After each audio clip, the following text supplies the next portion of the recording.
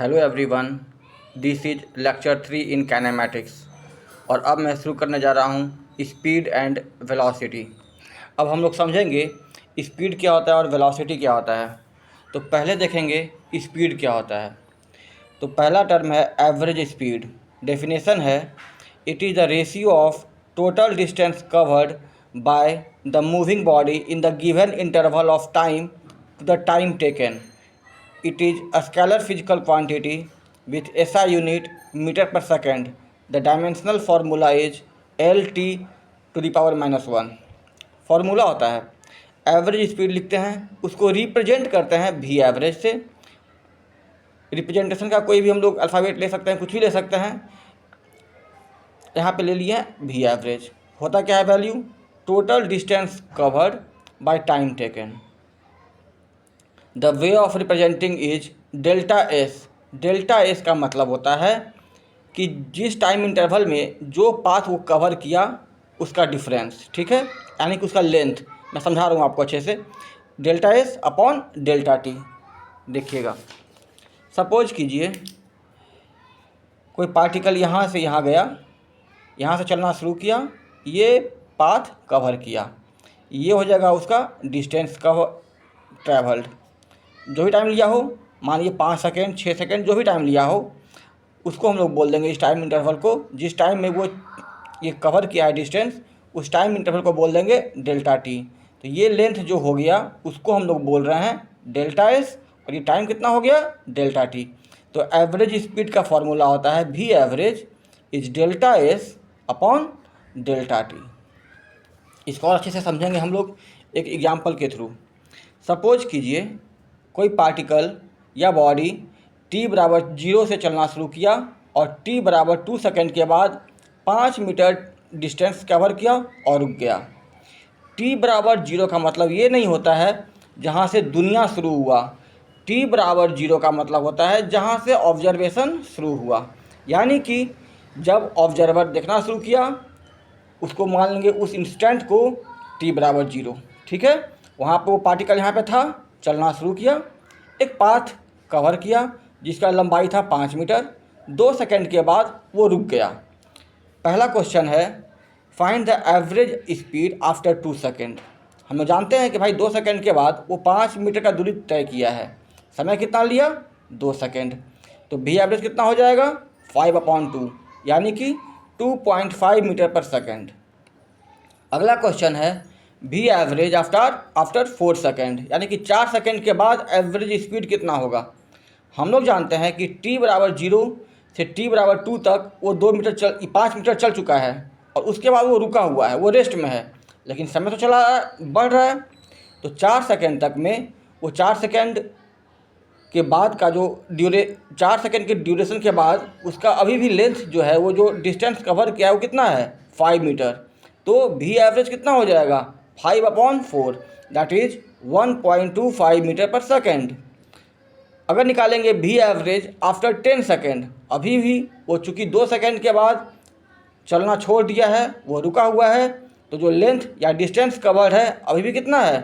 5 metre. लेकिन अब समय कितना ले रहे हैं हम लोग? 10 सेकेंड। उस केस में वी एवरेज आफ्टर 10 सेकेंड कितना हो जाएगा? 5/10, that is 0.5 metre per second. अगला क्वेश्चन है, एक ये टेबुलर फॉर्म में हम लोग को दिया हुआ है टाइम इंटरवल और किसी पार्टिकल का स्पीड, कि जब वो चलना शुरू किया तो फर्स्ट 2 सेकेंड में, यानी कि 0 और 2 सेकेंड के बीच में वो constant speed 2 metre per second से चल रहा था।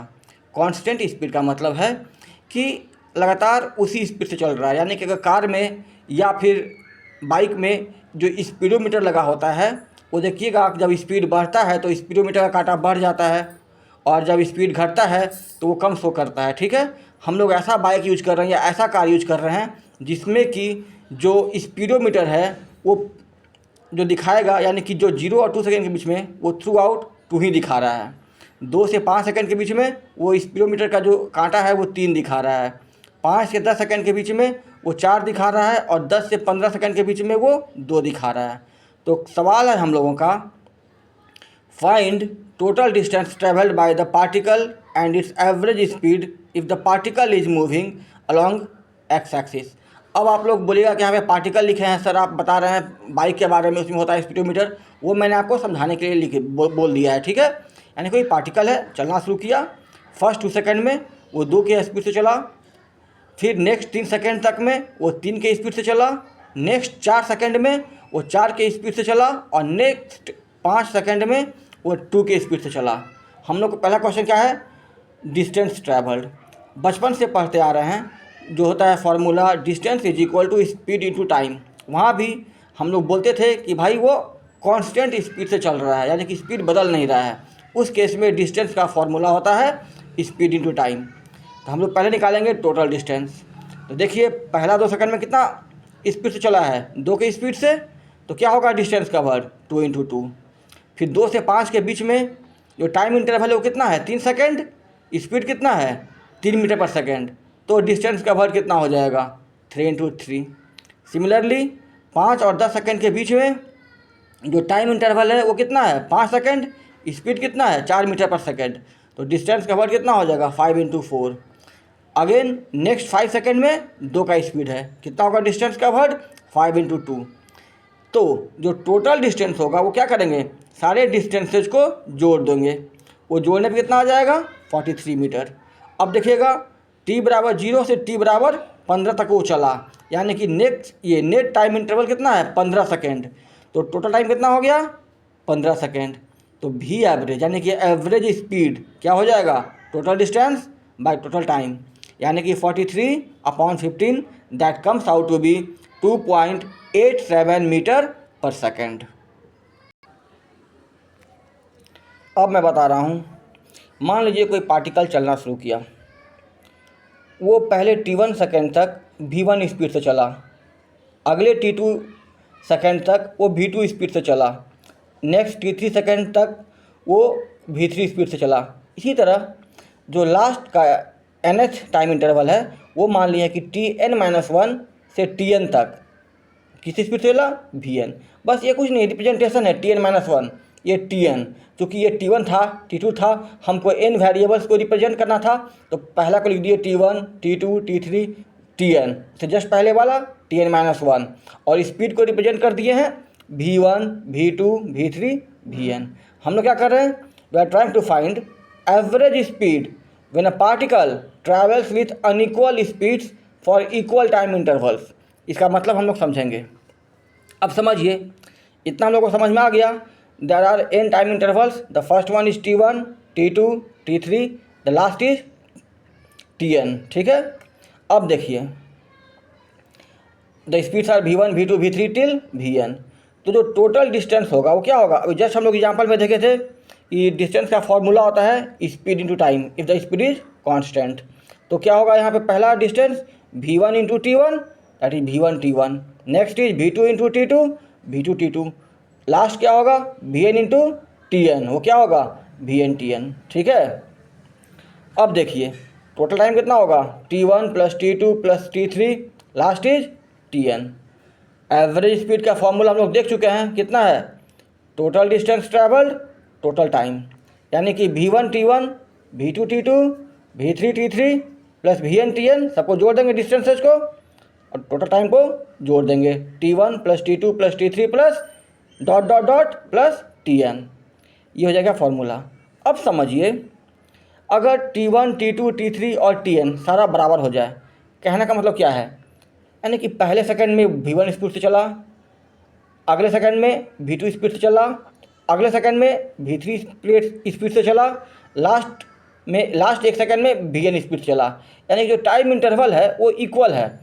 आप ऐसे ही सोच सकते हैं कि नहीं, पहले 2 सेकंड चला, next 2 second, next 2 second, next 2 second, last का 2 सेकंड, यानी कि टाइम इंटरवल्स क्या है सारा कांस्टेंट।